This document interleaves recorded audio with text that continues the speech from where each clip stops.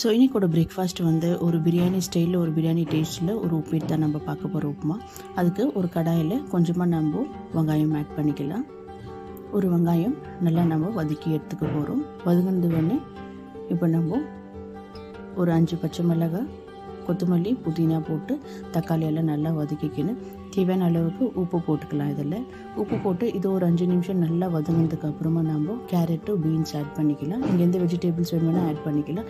இதில் கொஞ்சமாக மஞ்சள் பொடி, கொஞ்சமாக பிரியாணி மசாலா, கண்டிப்பாக பிரியாணி மசாலா போடுங்க, ஸ்கிப் பண்ணாதீங்க.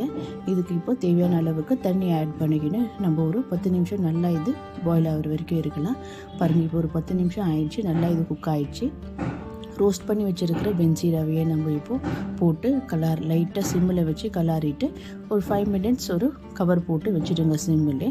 அப்புறம் 5 மினிட்ஸ்க்கு அப்புறம் பாருங்கள், சூப்பரான ஒரு பிரியாணி டேஸ்ட்டில் ஒரு உப்புமா ரெடி. தேங்க்யூ ஃபார் வாட்சிங் திஸ் வீடியோ.